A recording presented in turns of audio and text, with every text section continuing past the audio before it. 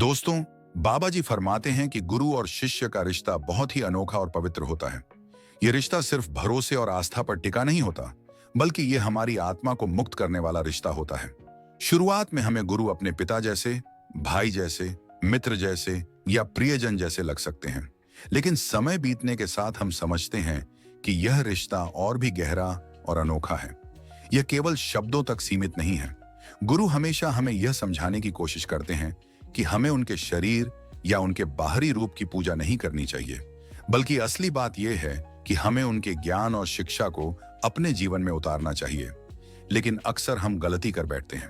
हम सत्संग में यह देखने लगते हैं कि गुरु ने कितनी देर बोला, किसने क्या सवाल किया, गुरु ने क्या जवाब दिया। हमें इन सब चीजों में नहीं उलझना है।